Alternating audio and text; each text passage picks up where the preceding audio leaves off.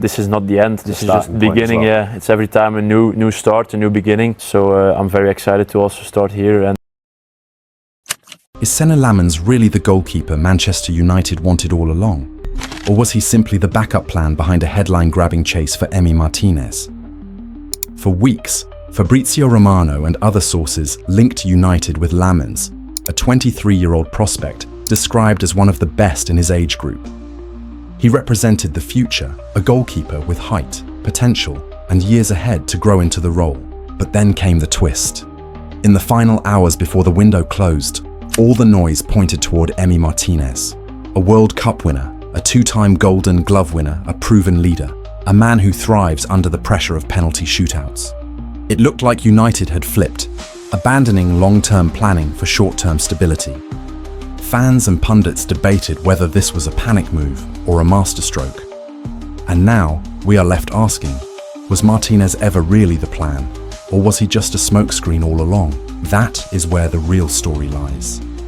Because this is not just about which goalkeeper wears the gloves. It is about what the choice represents. Youth versus experience. Rebuild versus reaction. Strategy versus chaos. And the biggest question of all is this: did the club just make a bold move for the future, or did they stumble their way into it by accident? To understand why Manchester United's goalkeeping situation spiraled into chaos, you have to look at the problems already in front of them. Andre Onana arrived with the reputation of a modern sweeper keeper, calm with the ball at his feet, brave in possession, and decisive off his line. But in reality, his time at United has been defined by inconsistency. He has been beaten too easily, questioned for his positioning, and worst of all, exposed as a liability in penalties. Against Grimsby, he conceded 12 straight penalties in a shootout, cementing the sense that whenever a game goes to spot kicks, United are already beaten. It is not just a weakness, it has become a curse. Altay Bayindir, the man signed to provide competition, has not changed the picture. Ruben Amorim does not trust him to start in the Premier League, and supporters have seen too little to believe he is the answer. Instead of creating security, the goalkeeping department has only deepened the uncertainty. Every big side needs a foundation at the back. Manchester City built theirs with Ederson, Liverpool with Alisson, Arsenal with Ramsdale, and now Raya. United, by contrast, have lurched from one solution to another, never finding the stability that elite football demands. This is the backdrop against which the goalkeeper search became an emergency. United could not afford another season defined by defensive collapses and penalty heartbreak.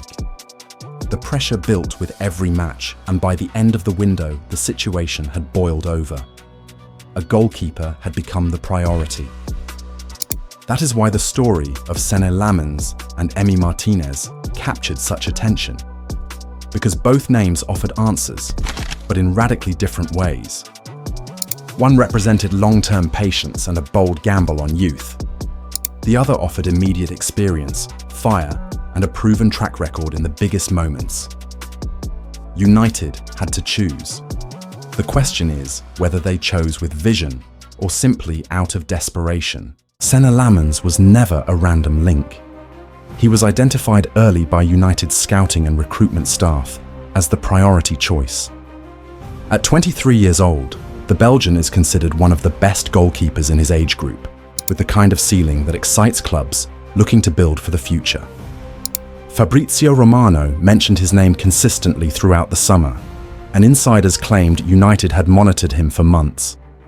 This was the move that suggested strategy, patience, and a genuine rebuild. A goalkeeper you could grow with, not just rely on. The numbers tell the same story. Lammens is strong at shot stopping and distribution, ranking high for saves, penalty saves, and cross-stopping.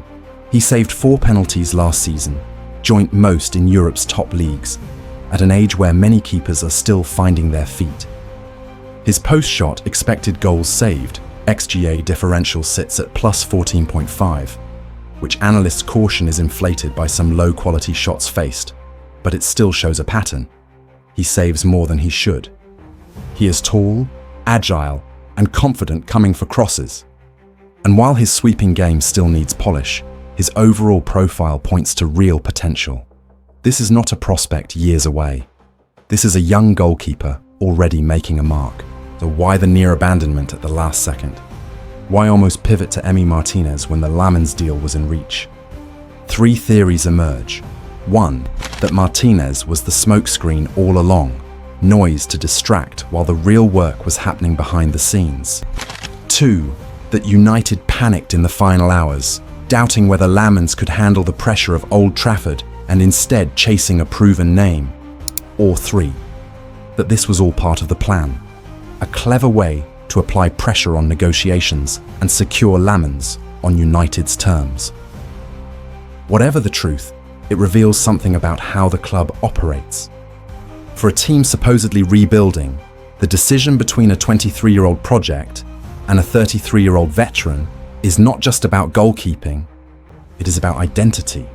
And United's constant shifts in direction only fuel the chaos. If Senne Lammens represented patience and vision, then Emi Martínez represented certainty and fire. At 33 years old, he is a goalkeeper with a reputation forged on the biggest stage of all. The World Cup in Qatar made him a global icon. His penalty saves, his psychological edge over strikers, and his sheer presence turned him into a cult hero for Argentina. In the Premier League, he has already shown that he can thrive against the pace and intensity of English football. For a United side desperate for stability, Martinez offered something Lammens could not. He offered experience you can trust tomorrow morning. Beyond the medals, there is the personality. Martinez is not just a goalkeeper, he is a leader. He commands his box, he shouts at defenders, and he thrives on the pressure that seems to suffocate others. Old Trafford has long lacked that kind of authority in goal. Since the days of peak David De Gea, United supporters have rarely felt that their goalkeeper could change the outcome of a match with his willpower alone. Martinez carries that aura. He looks like someone who would immediately lift standards, someone who could turn penalty shootouts from guaranteed defeats into moments of belief. That is why so many fans lean towards him when polls were taken. But for all his qualities, Martinez is not flawless. His distribution under pressure can be erratic. He is prone to lapses in concentration and the occasional rash decision. At Aston Villa, his brilliance has been matched by mistakes that cost goals. And in Ruben Amorim's 3-4-3 system, which demands a goalkeeper comfortable with building from the back, Martinez may not have been a natural fit. He could have provided passion and security, but not necessarily tactical progression. In the end, he might have offered a short burst of stability, but at the cost of blocking younger talent and postponing the long-term solution United claimed to be building toward. When Manchester United signed Edwin van der Sar in 2005, he was 34 years old, and many believed his best years were already behind him. Instead, he became the missing piece of Ferguson's puzzle. Van der Sar anchored the defence for 6 seasons, winning 4 Premier League titles, 1 Champions League, 1 FIFA Club World Cup, and 2 League Cups. He also won 3 Community Shields and still holds the record for the most consecutive Premier League clean sheets. Edwin van der Sar brought calm, consistency, and leadership to a team that was already structured for success. His age did not matter, because Ferguson knew exactly what he was getting and how it fit into his wider project. Van der Sar was not just a goalkeeper, he was part of a plan. That plan also included succession. As Van der Sar neared the end of his career, Ferguson moved quickly to sign David De Gea, a teenager with world-class potential. The transition was seamless. For a few years, United had the stability of a veteran, followed immediately by the growth of a long-term number one. That is what strategy looks like. You solve the present without losing sight of the future. Ferguson balanced both, and it allowed United to compete at the very top without the chaos of constant change. The question today is whether United are rediscovering that same balance under INEOS. On the surface, the pursuit of Emi Martínez looked like another reactive move, a short-term fix that risked breaking from the club's new philosophy. But the signing of Senne Lammens tells a different story. At 23 years old, he fits perfectly into the profile INEOS have targeted all summer. Young, talented, and with room to grow. Just as Ferguson replaced Van der Sar with a young David De Gea in 2011, United may now be laying the groundwork for both stability and succession. The key difference is that this time, the stabiliser never arrived. Instead, United have committed directly to the long-term option. It is a gamble, yes, but it is also the clearest signal yet that this rebuild is about vision rather than quick fixes. The signing of Senne Lammens tells us more than just who will wear the gloves this season. It tells us about the direction Manchester United are finally beginning to take under INEOS. For too long, recruitment at Old Trafford has been defined by last-minute decisions, short-term fixes, and expensive mistakes. But this summer has looked different. With most new arrivals being 26 and under, there is a clear focus on potential, growth, and resale value. Lammens fits that mold exactly. He is not just a goalkeeper for today, he is a goalkeeper for tomorrow, and possibly for the next decade. Of course, this is not without risk. Lammens is young and relatively untested at the very highest level. There will be moments when his inexperience shows, when he makes errors that a seasoned veteran like Emi Martínez might have avoided. In the short term, fans may question whether a proven winner would have been the safer option. But the upside of this decision is far greater. If Lammens develops as expected, United will have not only solved their goalkeeper problem for years, but also built value into the squad in a way that aligns with modern football's smartest clubs. It is a move that trusts the process rather than trying to skip steps. And that is why this saga matters. The temptation to sign Martinez was strong.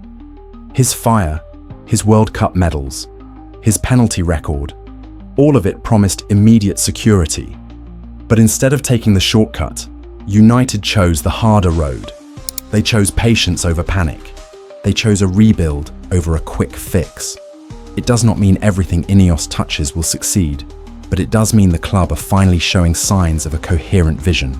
If Lammens becomes what many believe he can be, this decision may go down as one of the most important of the new era.